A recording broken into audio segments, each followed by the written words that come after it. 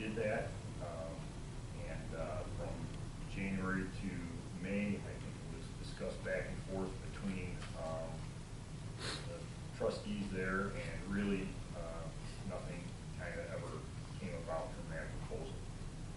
In July, we received a letter from Rockland Fire Protection District requesting a proposal for full services.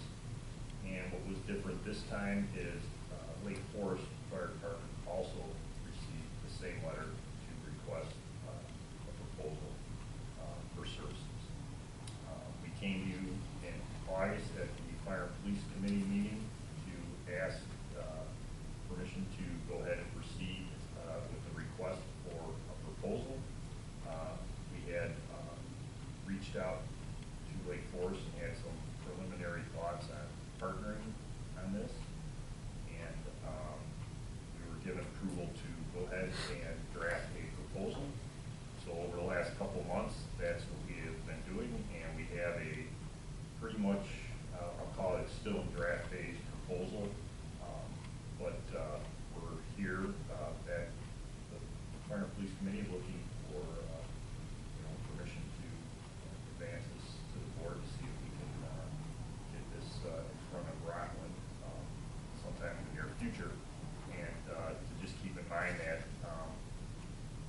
when this proposal is given to Rockland, that they still ultimately have to decide whether they want to accept it, and they ultimately hold the cards on whether they would accept the proposal or discontinue as they are. So this anything that we give them isn't necessarily a mandate, so to speak. So that's kind of the history and where we're at tonight. So unless I forgot something or Chris wants to say anything, I guess we're open for any questions. We can just comment. We have had dialogue, as you had requested in late August with Lake Forest, and again, it's a proposal on their side too. We're the first to come publicly to a committee meeting with the proposal in hand. It's still subject to edit. What I understand, of course, first it's Libertyville's decision about whether to proceed or not. There would be a process at Lake Forest. Their goal is to submit with our team a joint proposal by mid-December. So that's why we're out now. Lake Forest has its own process for its decision. What Rich and I can speak to is 2 or 3 in-person meetings, trying to work out a blended arrangement, which is what our direction was. And so we believe we've done that. We believe in concept it's acceptable to Lake Forest. So we're here, we can answer any questions you have. We've got, Rich has put together a list of about 14 pros to the proposal and some challenges. We can outline those for you, but we wanted to, of course, start by your lead, any questions that you have. Okay. Well, I will tell you that my position hasn't changed since the last meeting. Personally, and again, I will not have the opportunity to vote unless there's a tie, but I do not believe that, based on the vote from the residents of Rockland Fire Protection District last May, that we should be in a position to tell them that we want to take over contract in their department. I think it would be hypocritical of me to do that when I criticize the state for the things that they impose on us. And I think the people of Rockland Fire Protection District, whether right or wrong, voted to authorize their own district elected personnel. Do I think that eventually there will be consolidation of the department? Yes, I do. I mean, we've been talking to Lake Bluff, we've been talking to Mudline, we've been talking to Lake Forest about consolidation, regionalization of fire service, as it is going on right now. And at the point that Rockland Fire Protection District has had the opportunity to elect their own representatives as opposed to ones appointed by the county, I'd be more than happy to do this, but in good conscience, I do not feel that I can support this at this point in time, because I think they have the right. They basically said we want to elect our own representatives in a very high majority, and I don't feel that we have the right to come in there and tell them that before they have that opportunity that we're going to out if that's what happens. What's the timeline on that election? Back in 2019, they agreed to do it, but it takes a while for that to happen. And again, I mean, do I think this makes financial sense for them and good sense? Yes, but again, I think they have to tell us that as opposed to us doing it. And you know, I also have a concern over our employees going into a hostile work environment. You know, we're already providing ambulance service. If their people are that much against a consolidated, I don't want to send our officers with them.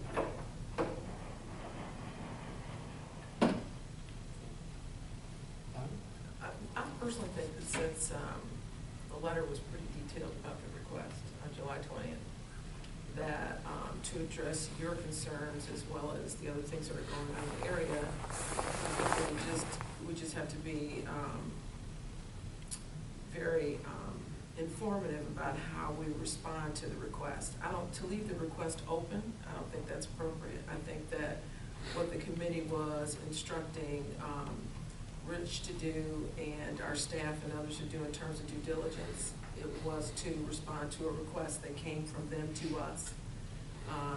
We didn't seek it out, and so that's my understanding of the facts. So frankly, I think in this instance, looking at what the letter said about the fire district itself, it asked us to submit a proposal. So I think responding to the proposal and their request in July is not mandating anything to them. I think ultimately it's their decision as to what they want to do with the information that we give them. And so my recommendation would be to respond to the letter with whatever information we've collected. I do think that based on how this was structured, that it's important that they be able to discern what is from Libertyville and what's from Lake Forest, because it looks like they want to compare things, cost. So I think it's important to do that. And also I think it's important to emphasize in the response from whatever information that we collected that this is what we were able to come up with based on your inquiry July 20th. Ultimately, it's up to you and your residents to determine what you want to do with the information from Libertyville. And then ultimately, as an aside, it's up to them to determine what they want to do with the information from Lake Forest. I don't think that responding to this request with information is dictating anything to them. I think they still have the opportunity to, one, decide not to do it. Two, that their residents always have input and everything, and I think the same kind of outreach that residents here do when they're not supportive of something is the same thing that they could do in that community with the pros. They could say, you know what, no, we want our board to wait till 2019 till we elect before we do anything.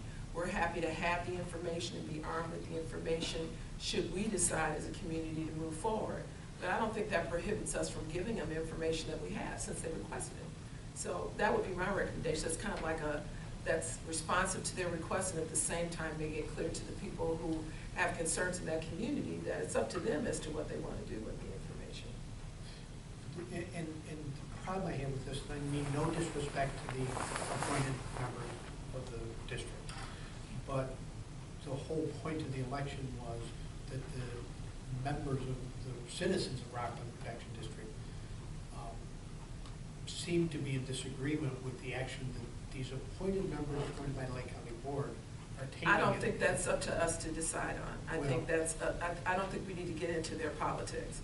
I think all we're doing is to be clear that they asked us to, if we would come up with some information, we give them the information, we're not making decisions about it, and should they come back to us in response to the information, meaning the entity that the residents have concerns with, then I think we're in a position to say, you know what, you looked at our proposal, you reviewed it, but based on the election results and the other information that we received, we want to make sure that there's consensus in your community. So before we go do anything contractually, make sure there is some consensus. That would be my response. We respond to whatever comes next, but I don't think that prohibits us from giving them the information. How do we, again, know there's consensus until they have an election in 2018? They respond to us. Who's the person that's drafted this letter? Again, these are the appointed by the county.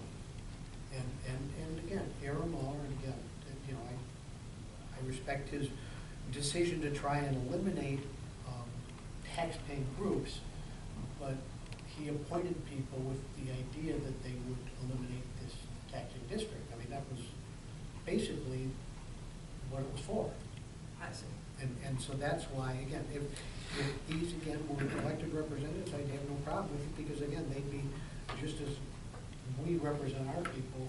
Is there a spokesperson from the elected representatives that are aware of this? Have they said something to us in writing for us to consider as a result of this? I mean, you got written confirmation from one place, but it's silent on the other, so where is that input? I mean, they're aware that we have committees and that we're considering giving information that was requested of us. So where is their formal input? I'm just curious. Have we heard anything from any representatives from the citizens or constituents, you know, in objection to? I have gotten some letters. You have? Yes. Okay, and so what exactly were they asking in those letters? Number one, that they do not want Libertyville to take over their department, and that we should wait until they've had the opportunity to elect their own representative. Okay, and so what about what we're doing suggests that we are making decisions about taking over their department? That's where I have a concern. We can't make that decision. Ultimately, someone else has to do it there. So, I mean, by giving them the information, is that not aligned with letting it be open discourse, due process for them to determine that? Are you saying that we're going to give it to them, but we're not going to follow through if they agree to accept it? Well, we're not giving them a contract, are we? Well, but I mean, that's no, but it's a It's a proposal. that's what I'm saying. Let's be clear, though. We're not giving them a contract to execute. We're giving them a proposal, and I think we first have to decide how they're going to react to that proposal.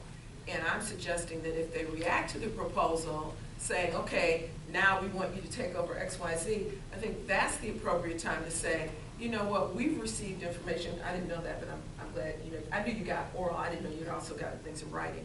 And then I think that would be the appropriate time to say, you know what, we're going to need more than just what you're requesting of us related to this proposal, because your constituency has a lot of concerns about it. I mean, the people have a lot of concerns about it.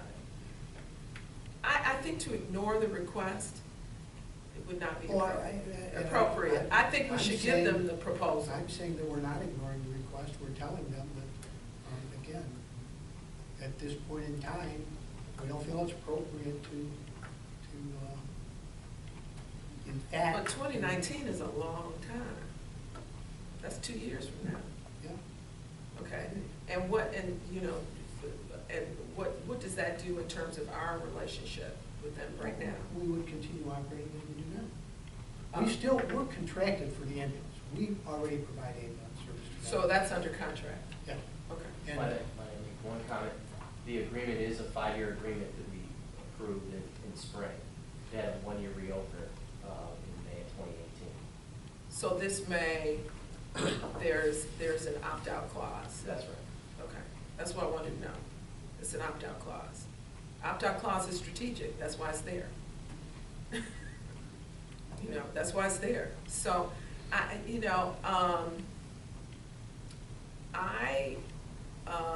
think that it's very difficult to try to assume what the majority of that area wants.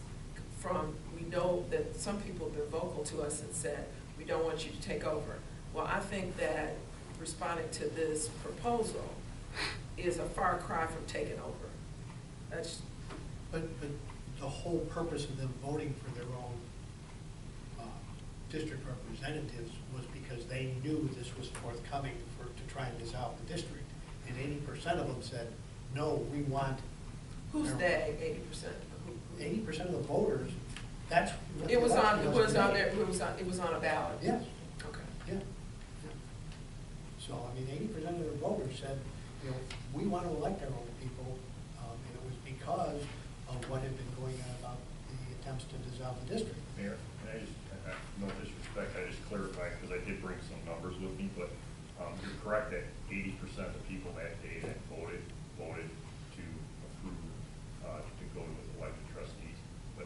30% of the eligible voters enrolled in voting that day. So it's truly Interesting. not an 80% reflection of the population. I got 75% of the vote, but that's probably 10% of the people No, in I Liberty. understand, but I'm So, just saying, but, I I just mean, wanted I to understand, clarify I the understand 80%. that, but it's the people who do go out and vote, and they made their votes known, and the ones who were against it obviously didn't make their votes known, and so I rely on what people say who go out and vote. Okay. And again, I'm not disagreeing with Terry, because what gives me pause is because we got a direct request from an operating entity, that has the authority to make the request. That's what gives me pause. I mean, it's not like it's, competing, residents that have a dispute. I mean, we have an appropriate entity making a request. Now, it also, what we've got to factor in, and I agree we should not ignore it, is that we've received vocal written feedback from people in that community saying, I don't want this to happen. So then it becomes an issue of, that's in their arena under due process to determine what the ultimate outcome is going to be. To me, I think that's overly burdensome for us as a sitting committee in Libertyville to make the decision about what happens in their community. They can decide that. All we're doing is responding to a request for a proposal. And even if we didn't respond, my understanding is Lake Forest is still going to provide their proposal information, correct? Do we know? They may. Okay, they may or may And that's up not. to Lake Forest. Yeah, Okay. I mean, Lake Forest can do what they choose to do, but I think for us to do anything that would in any way appear to be Libertyville imposing something on another residence outside our jurisdiction, which in fact, because again, the current board members were appointed by the county board, not elected at all by any representatives in the Rockland Fire Protection District. None of them. Why is it that the same residents that are objecting to this, why weren't they trying to change that process? They were aware that was going on. They are, that's why. But that didn't precede this July 20th letter, though. Why did this letter even generate, if that's the case? The vote was back in May. I see, okay. The vote was back in May, the 80%. Okay, and so this followed that? Or April, the April election. Okay, so this followed that Yeah. in July. So in other words, is this a preemptive strike to what occurred in May? No, I think it's been worked on before that. I mean, I think that's why this has I'm been just- going on for yeah. some No, time. that's what I'm listening to. In Rockland, like I said, Aaron would like to see small taxing districts, and he's doing that. And there are some that he is dissolving, others he's working on to change. And like you said, I don't disagree with that. I think it makes sense. I think financially, Financially, this letter is absolutely correct. I think financially, Yeah. at some point in time, Rockland Fire Protection District is going to have to cease to continue to exist just because of the cost of running it, the fact that the highway could be expanded, they could lose their station. I think that at some point in time, this will happen, but I think the voters should have some say in it, and I can't. I'm not disagreeing with you. I just don't see why us submitting a proposal is precluding the voters from doing that. That's what I'm not hearing. Well- We are not, I think it's Roger's word, we are not mandating anything to them. Okay, we submit it, they accept it. They can't accept it, it's not a contract. No, but Just a they proposal. accept the proposal, would tell us to draw a contract. Are we then gonna tell them no?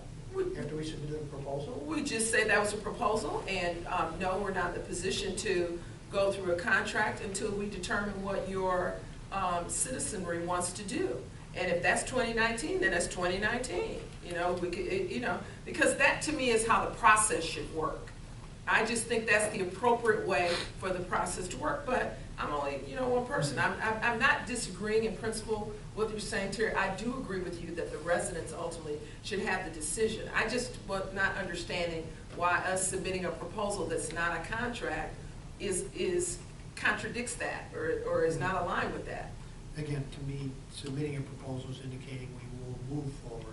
I think it's bad faith to say we'll submit a proposal, but then, we're not gonna move forward with it unless or until you've elected your own board. Okay, well, my thought about that is, it's only bad faith if you're not clear in the communication and response, the facts surrounding it.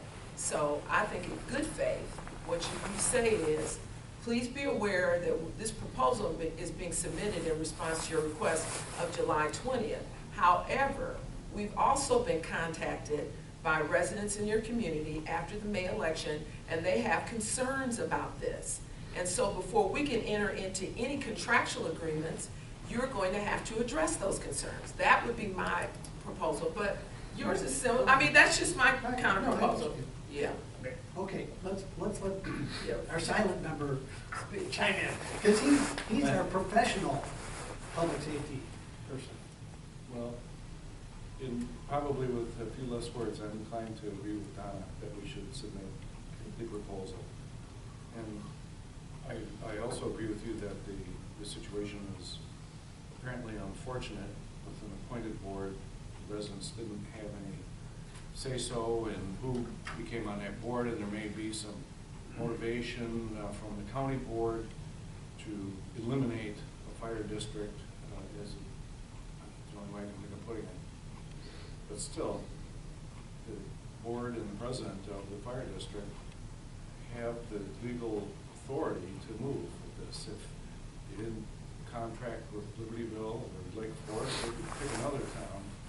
They could contract with anyone they wanted to, and ostensibly the residents would have objection but no authority to prevent that from happening.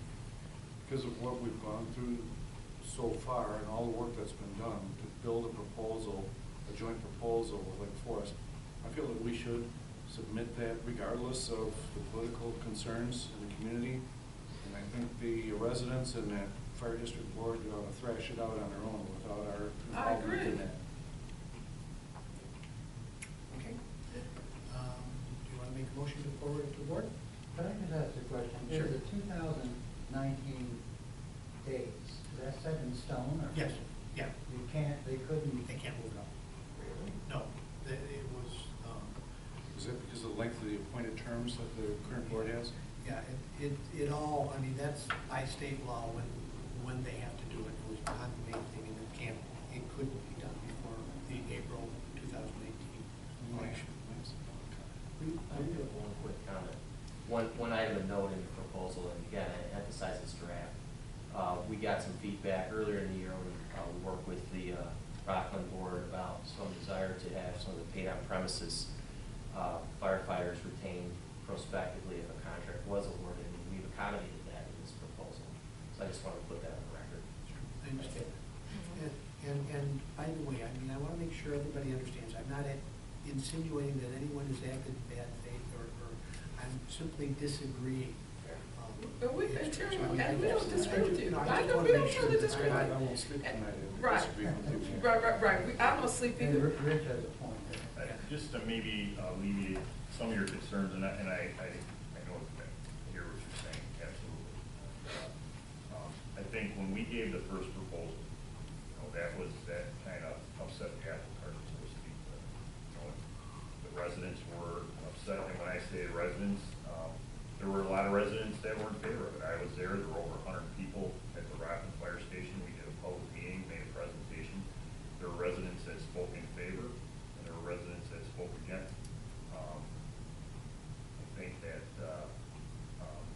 there were a lot of concerns addressed at that meeting and after, and I wrote them all down.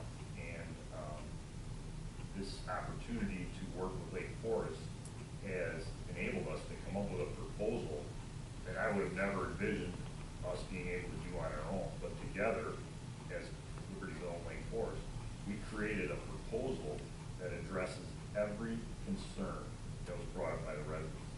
So when we go back to them, we're gonna have an opportunity to say, this was a concern about maybe response times for multiple calls, or what are we gonna do with our employees, or this or that.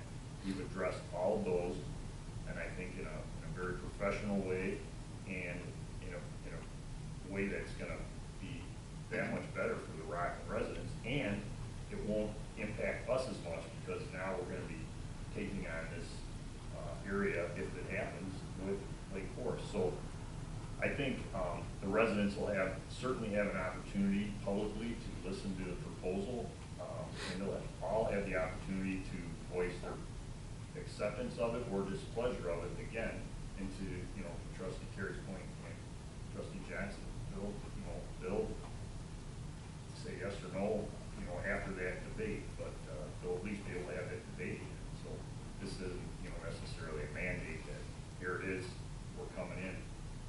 And, you know, when we were done the first time, the folders were put away, the file cabinet was shut, and we were done, you know, until July came, and, you know, we opened it up again. So we're not necessarily trying to empire build, you know, this is an opportunity, I think, to do something very unique, to save money for a fire district, to save money in 2 villages, and to provide an excellent service to an area that's asking us to give them a proposal. And then we actually envision that if this works, and when I say we, it's the 2 chiefs, that there's opportunities to bring in, you know, Lake Bluff into the fold, because I know they have some concerns, and maybe even other communities around that, and just to start, you know, the whole thing, in my opinion, on this sustainability. As a chief, I feel I have to prepare the village, the fire department, to sustain themselves, not just the next 5 years, but for 20 years or 30 years, if I can do that. And this provides a unique opportunity to do that and to improve the services somewhere and not put all the burden on one department. So I think they'll have their opportunity to hash it out. I think once this is unveiled, a lot of people are gonna go, wow, that's a good idea.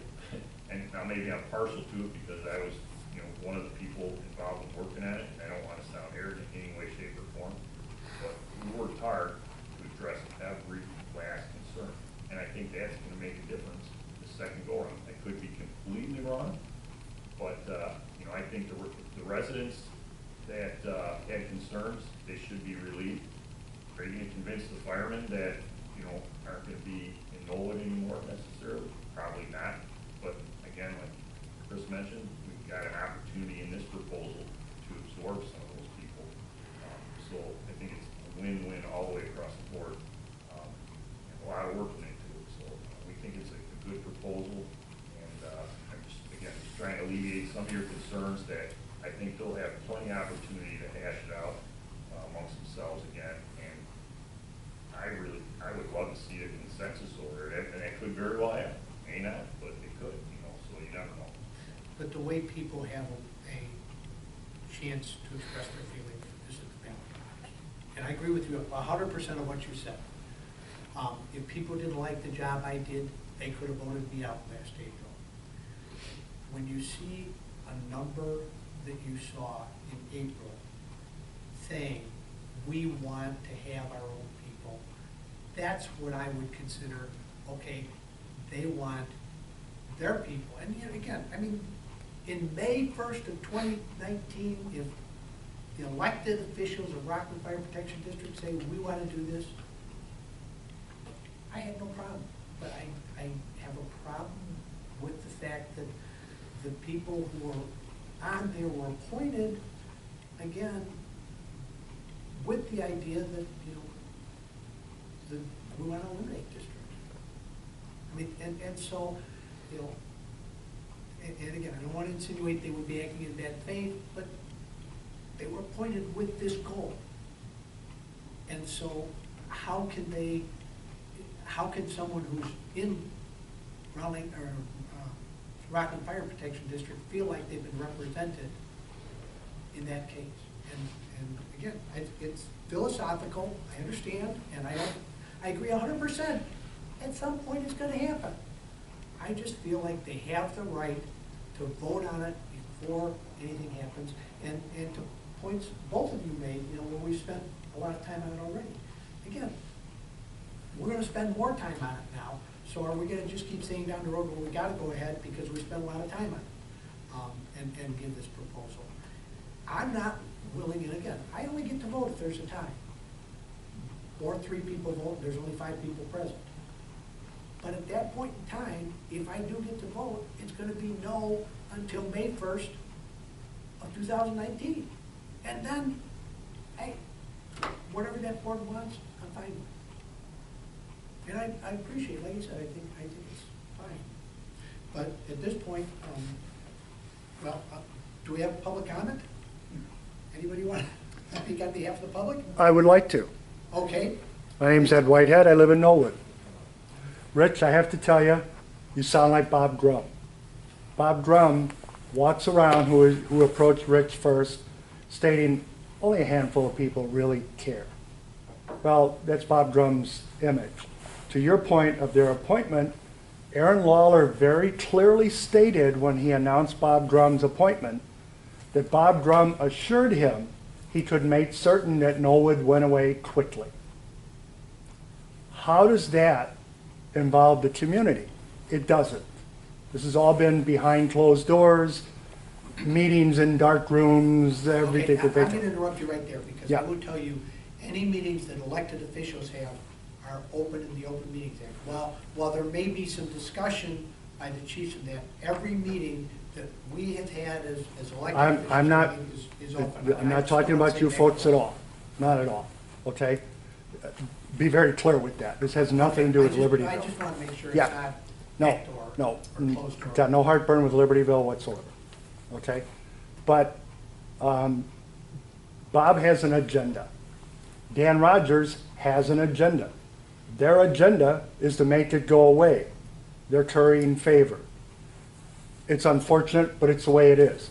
We talked about having a discussion, to Rich's point. There is no discussion with these two guys. If they don't like what is being said in public comment, they shut the meeting down until that person's time runs out, and then they start the meeting again. So how can the community feel that they have a voice when they don't have a voice? It has been historical since 1947 that I could walk into a meeting and I could have a discussion with the board about anything, and they would talk to me. The moment Dan Rogers got authority this summer, he removed that. They will not talk to anyone. They will answer no questions if you want to meet them afterwards, but they are generally the first two guys out of the building when the meeting is over. Again, how do we have representation? We don't. Only Aaron Lawler has representation in our fire district. Thankfully, the state saw in August of this year that this was a bad thing, and they passed an amendment to the law you referred to where Aaron can close things down. He can't do that to a fire district anymore willy-nilly. All the people have to do is say, no, no, no, we want to vote, everything stops. State's attorney becomes our representative, but all of it changes. Thank goodness. But now we still have two extremely bad players on a three-person board. Okay, again, can we keep it above board? I mean, Yeah. whether you agree with them or not, I'm just they were referring to their appointed actual and are actions. doing what they think is best, whether you agree with it or not. So, Right. I mean, I don't want, It's just their actions, and I'm not, I just don't want to criticize them. Right, right. Because And I disagree. and I try not to, but this is an ongoing pattern with this. I videotape all of those meetings, and I have to tell you that I don't recall, in that July letter that you got, I don't recall anywhere that the board actually voted to do that. Not saying my memory's perfect, but I don't recall that. And that would not be unusual for them to say, well, what do you think? Well, I don't know, maybe, and move on, and then something happens. Because in their mind, they don't care what anybody thinks or says out there.